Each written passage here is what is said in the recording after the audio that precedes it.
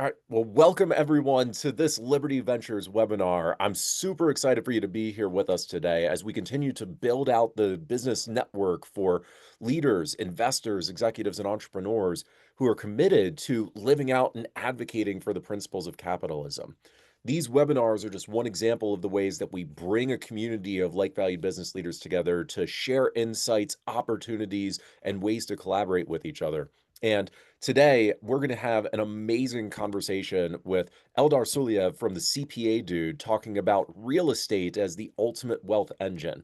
Eldar, I know that you do a lot of different things. I'm super excited to hear your insights on this. And for anyone listening, if you have questions while we go through the presentation, feel free to type them into the chat box or the Q&A. We'll get to as many of them as we can in this half hour, but we're all here to hear from Eldar. So I'm going to go ahead and be quiet and turn it on over to you, buddy. Thanks for taking the time to talk with the Liberty Ventures Network today. For sure. Thank you very much for having me. All right, I'll present my screen and go over my presentation today. So today we'll talk about real estate and how you can use real estate as the ultimate wealth engine. Are you able to see you able to see my screen? All good. Great. All right, awesome. So real estate is the ultimate wealth engine because it can accomplish two things at one time. It can help you save money on taxes while building wealth. Over the course of your lifetime, especially for high earners, your highest cost will likely be tax. So you need to figure out a game plan for how to minimize your biggest cost while maximizing your wealth. A little bit about myself. I'm a CPA. I'm also a licensed realtor. As I started to acquire property, I decided to become an agent myself just to make it easier. I'm currently the COO at the CPA Dude. We are a full service CPA firm that helps clients with tax planning, tax filing, bookkeeping, and overall tax strategy. My background was largely in the corporate world. I was at PwC, I was at Uber pre-IPO, I was at Block when it was called Square, and also at Dropbox. I had a very good corporate career, but as I advanced in my career, I noticed that I would say being in the W-2 space, it's very hard to minimize your tax bill. The tax law is really built against you. So I kind of wanted to venture out on my own and build a firm that's structured around helping high earners, business earners, and also investors minimize their tax bill via tax planning. These are the things that I wish I knew when I began my career. Had I known these things, I would have definitely done things much, much different. So, how the wealthy build and maintain their wealth in the States. So, I'm originally from Russia, and when I moved to the States, I noticed one trend among all wealthy people. All wealthy people in America own real estate. This is not by chance, this is by design. The way the tax code is written, it really, really helps. I would say it really favors those that own and invest in real estate. So why is that? Real estate gives you four types of return on investment and potentially a fifth return if you are strategic and creative enough. So let's talk about a very basic deal that pretty much anyone can do. This is a true story from one of our own clients. This is a deal that one of our clients did in 2023. So in 2023, they bought a single family home for 285,000, 20% down, 57K out of pocket, 7% interest. So they rented this property out for 2,500, expenses of 2,200 between property tax, principal, interest, lawn maintenance. So they had a little bit of cash flow, right? So if you were to do 300 over 12 months, you'd have about $3,600 in cash flow or 6% return on your cash and your 20% down payment. To be honest, cash flow is not something that you should really chase. I don't think people get wealthy from buying real estate. People generally get wealthy from doing other things and then using real estate as more of an investment vehicle to generate their wealth. So your cash flow will honestly be probably your lowest rate of return, and that's okay. I would say, Kind of second lowest rate of return would probably be your debt pay down. So you bought this property, you have a 30-year mortgage on it. Who's paying this mortgage? It is not you, it is your tenant. Your tenant is actually helping you build equity in your investment property. So you have a 20, your loan is about 220 over 30 years, which means that you're paying a ton of interest.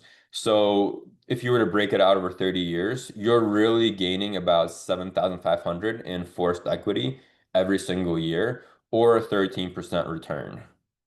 So pretty good considering that you're not actually paying for the mortgage, your tenant is. The third tax benefit are, I would say, sorry, the third benefit are tax benefits. So you get write-off deductions. For example, anytime you go visit the property, it's a deduction. Anytime you improve the property, it's a deduction. You deduct all of your interest, your property taxes, your maintenance cost, any of your legal fees.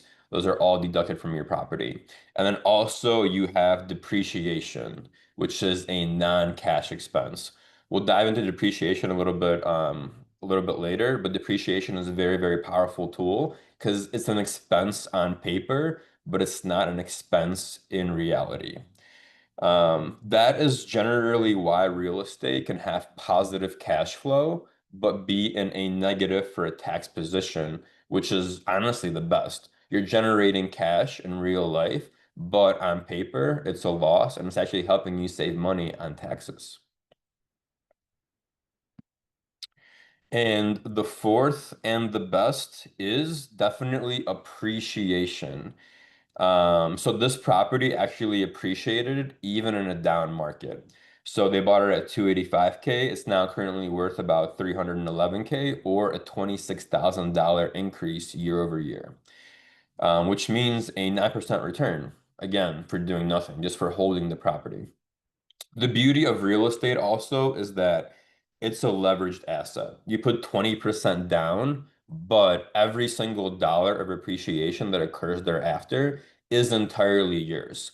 So you're using leverage to help increase your wealth by benefiting entirely from the appreciation. So even though you put 20% down, you own 100% of the appreciation. Also, this client did a very smart thing. They bought a property that is well below the national median. If you're buying well below the national median, it's very hard to lose money even in a down market. Like as we see, this property actually went up in value, even though the overall real estate market is kind of slowly going down in the States. So before we even talk about depreciation, your overall rate of return is already 28% between cash flow, debt paid down, and appreciation.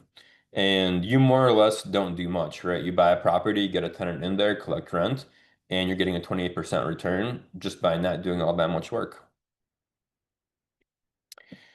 Well, let's talk about that bonus fifth return, which is depreciation.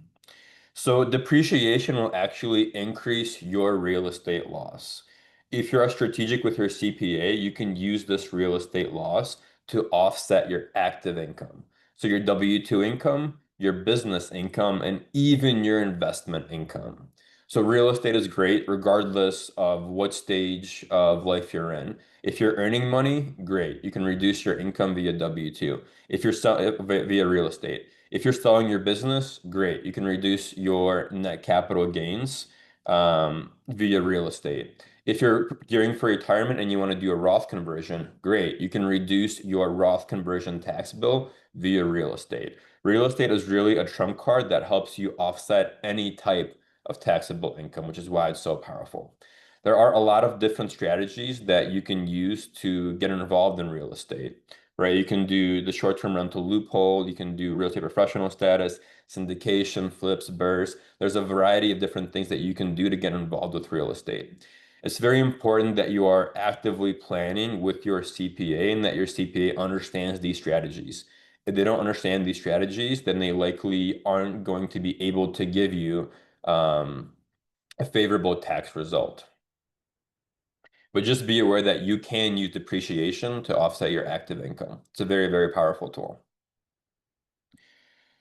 So in this case, going back to the third bucket, we did a cost seg study for this property to determine how much bonus depreciation can we trigger in year one. So on a $285,000 home, we were able to accelerate $60,000 of depreciation and bring it into 2023. The client is in the 35% tax bracket, so this effectively helped them save over $21,000 on their federal return alone. Depending on which state you live in, this will also help you save money on the state tax as well. But this is by far the most powerful thing about real estate is really the bonus depreciation. So the $60,000 write-off is actually greater than the down payment itself. So in this case, the client actually deducted more money than they put down towards the property. So if we combine all the various rates of return, it is a 65% rate of return between cash flow, debt pay down, bonus depreciation, and appreciation. And that's only in 1 year. That is only in 1 year. So this is really a good illustration to show you just how strong real estate is when you plan it correctly and when you leverage it correctly. You do get a very, very good rate of return on real estate. Also, another beauty of real estate that is not true with like stocks, bonds, or the sale of a company is that you cannot sell your stocks or your business tax free. When you sell stocks or you sell your business, you will trigger tax. However, with real estate, there are many different strategies that you could do to sell a property and not pay any tax. So let's say in 10 years when this property is worth $500,000 or more, we'll create a game plan for a client to sell this property and realize the entire gain tax-free. So we talked a lot about real estate. Let's talk a little bit about us, the CPA Dude, how we can help and what is it that we do. So we are a full service firm. We work with our clients throughout the year to build them a tax plan and guide them in implementing tax strategies throughout the year. We also help with tax filings and also with bookkeeping. So we are a full service firm where you come to us, we will help you from A to Z in terms of accomplishing your tax goals and your tax strategies. We also do cost segs for you in-house. So you don't have to shop around. We will do them for you at a reduced rate. We'll also give you audit defense, meaning that in the event of an audit, we will defend the cost seg in front of the tax authorities. Um, so also taxes are complex. We really don't encourage people to do these kinds of strategies or reportings on their own. There's a lot of technicality, a lot of liability, so it's really good to work with a professional in terms of building out your strategies and doing your tax filings. Also, as I mentioned earlier, taxes are your biggest cost. You need a proactive tax plan to help minimize your biggest cost every single year. Otherwise, you're just paying Uncle Sam way too much money. Also, there are no one-size-fits-all solutions, meaning that when you speak to a CPA and you ask them for advice, any good CPA will tell you it depends. That's why we do strategy and planning sessions individually and not for an entire group. Depending on your personal kind of factors, your income factors, your long-term goals, you will all have different tax plans and different opportunities and it's important for you to know those. So once again, there are no one size fits all solutions. It's very, very important that you talk to a CPA and build a custom game plan for yourself. And then also our mission, right? What is our mission? What is our ultimate goal? We really want to be the ultimate tax advisor and partner to our clients, meaning that we want to help them in all various issues of tax, and we want to build relationships that last a lifetime. Um, switching to a new CPA is very similar to going through a breakup. You break up with a person, you start dating with other people, you got to start from kind of square one, right? You got to learn all the facts, all the history of that individual person. Same thing for CPAs. When we meet with clients, we got to learn all your background and kind of like what were you doing previously? What is your structure? All that kind of stuff. So switching CPAs is, I would say, a very painful thing to do. It's very good to work with a good CPA from year one and keep them around for many, many decades. That would be by far the best return on your investment. And real estate is only one of the many strategies that we have. I just think it's the best strategy, but there are definitely many, many different things that you could use to save money on tax. Real estate isn't the only one, but it probably is the best one, to be honest. So if you guys want to learn more and you guys want to chat with us, go to join.thecpadude.com. Your first session is always free, it's complimentary. We'll learn more about you, you learn more about us, and then we'll see how we can best work together. Fantastic, Eldar. And we've already got questions rolling in for you. So the first one from Tyler is about who really should be thinking about this and how soon. So if a founder here has limited capital or they may not be at that wealthiest tier that a lot of people think you need to be at to get started in real estate, should they actually be thinking about this, or when should or how do people get started with a limited amount of capital here?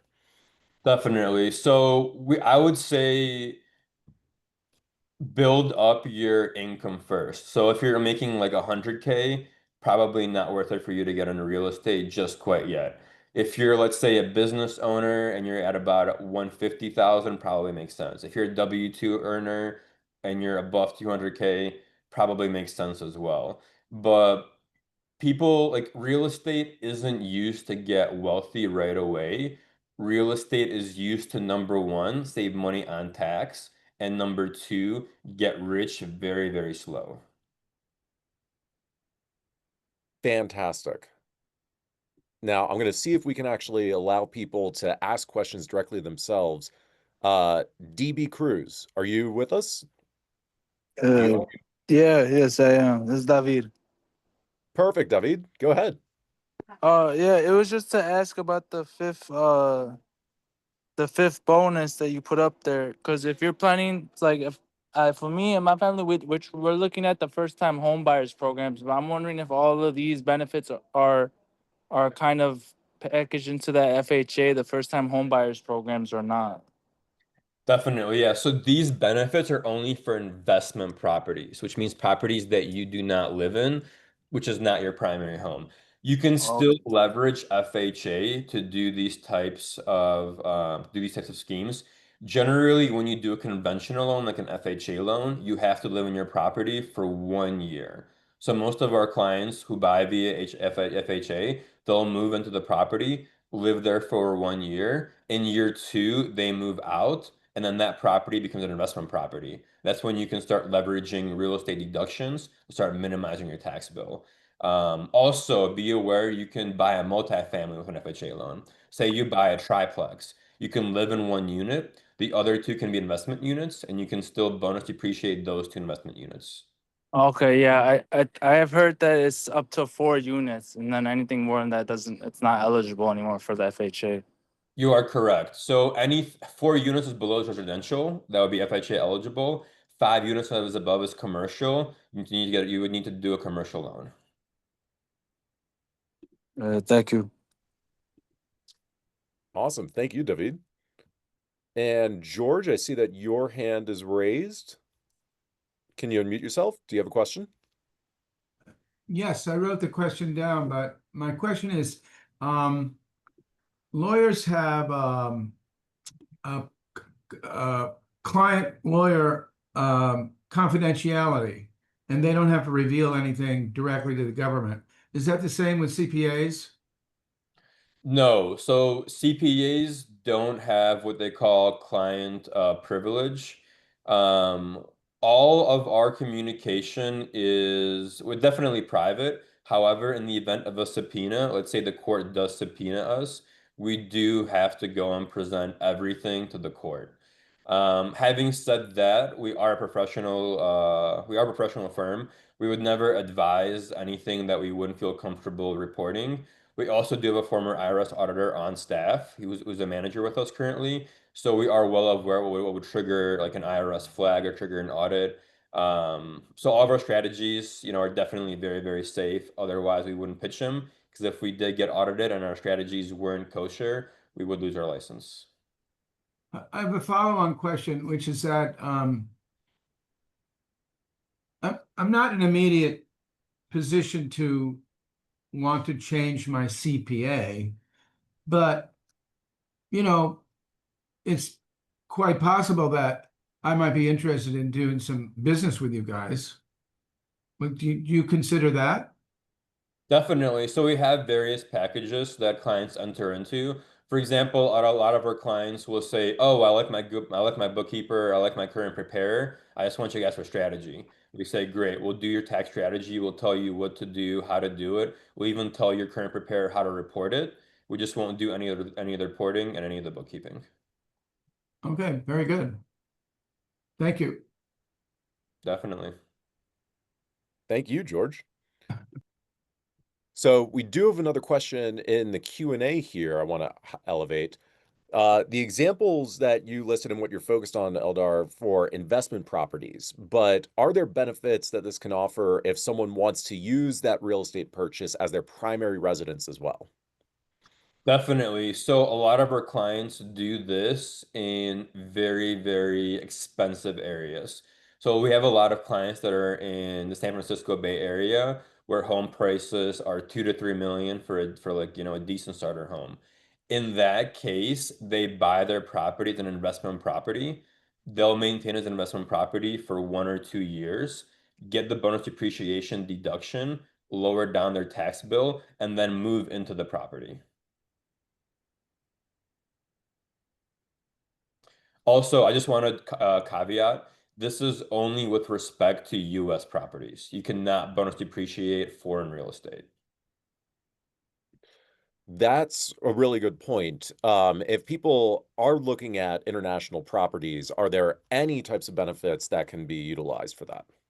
Definitely, yeah. So you can depreciate foreign property. It's 39 years, unlike the US where it's 27 and a half years. So there is a different depreciation schedule. Depending on your structure and what it is that you do, whenever you visit that foreign property, it will be a full business expense for you. So for example, a lot of our clients have family members overseas. Let's just use like India for an example. They also have properties in India. So whenever they go to India to go and inspect their properties or to renovate their properties in India, that will be a full business deduction for them. So their flights, their hotels, their car rentals, their meals, all of that is a write-off. Fantastic. Now, if anyone has any other questions, again, please type them into the chat or raise your hand. But the last question that we have on the docket right now is, do you have any recommendations for people to evaluate which properties are the best for investments here? Definitely, yeah. So when I started my real estate journey, I was like, man, like, what should I even buy? Where should I even buy it? It's a very, very daunting task given how big America is and how the markets differ. So it really, really depends on how much cash on hand do you have, and then what is it that you're chasing. Depending on your stage of life, you're either chasing appreciation or you're chasing cash flow. If you're chasing cash flow, like let's say I'm like 60, 70, I don't have time for appreciation. I want to live off real estate. I want to cash flow. In that case, you're probably best to invest somewhere in the Midwest where prices are low, but rents are somewhat medium to high. Um, and then in terms of cash flow, I would look at the 1% rule.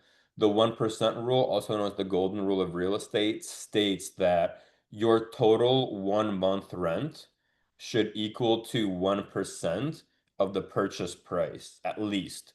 So if you're buying an apartment building for $1 million, that means that your gross rent per month should be about $10,000.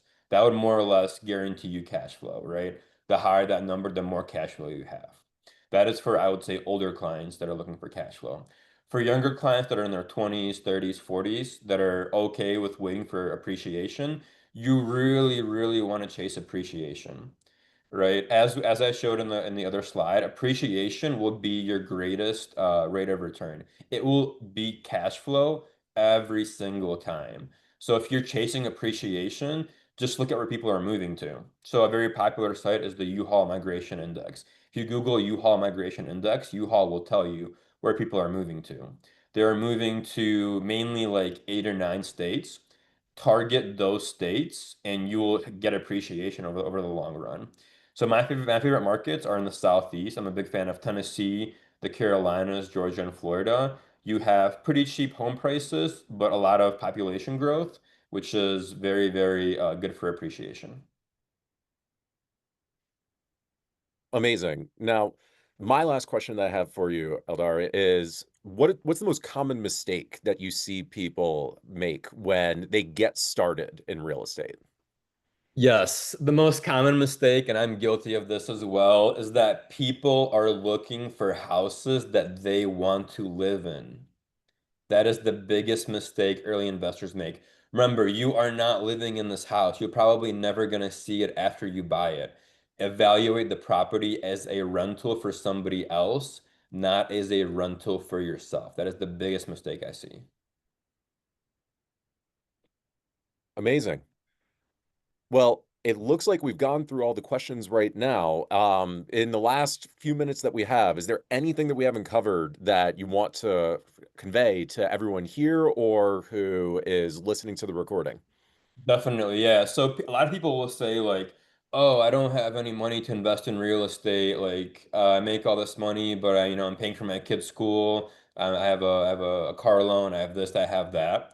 If you own a primary home, you are likely sitting on hundreds of thousands of dollars in equity, which means that you can get a HELOC, a home equity line of credit, against your primary home, and then you can use that line of credit to buy properties and buy investments. So I would say, if you do have a home that you've owned for more than 5 years, definitely tap into that equity and see how much equity you can get and how much you can buy with that equity. I think that's very, very important. Also, depending on which market you live in, it may or may not make sense for you to even own a primary home. So for a lot of our California clients that are young, that are currently renting, I tell them like, hey, unless you want to live in California for, 20 years, do not buy a property in California. Keep on buying rentals out of state. That will make far, far better sense down the line. So we actually have one more question. It looks like Anne, you've got a question before we head out. Are you able to talk? Yeah, can you hear me? Loud Oh, and clear. awesome. You had mentioned earlier that like this is really great for someone who's making 150, 200K. Does that apply to like combined incomes? And also, where does 1099s fit in this? I know you talked about being a business owner, you talked about being W-2, but what about like a 1099 employee who also has tax benefits for that? Definitely, yeah. So this would definitely help. I would say if you're married filing jointly over 200K, this would definitely help you out as well. For 1099 earners, depending on your level of income, we would actually recommend an S corp structure and help you structure and help you get tax savings via an S corp structure. There's a lot of things that an S corp can do to help you save money on tax. So I would say you should do both, honestly. You should do S corp as long as you're making enough money, and then if you have the extra funds, do start buying rental real estate as well. All right. I think that's all the time that we have right now. Thank you for taking the time out of your day, Eldar, to share this with the network. If anyone wants to get in touch with Eldar and the CPA Dude for help with this, you've got the link up on the deck right now, but we'll send that in the follow-up email as well. Really, I've learned a lot here. I know that other people have already from the comments. Thank you so much for everything that you're doing, Eldar. For sure. Thank you very much for having me, and definitely reach out. Join.thecpadude.com. We're very eager to speak with you guys all. And with that, hope everyone has a great day. See you on the next call. Bye bye, guys.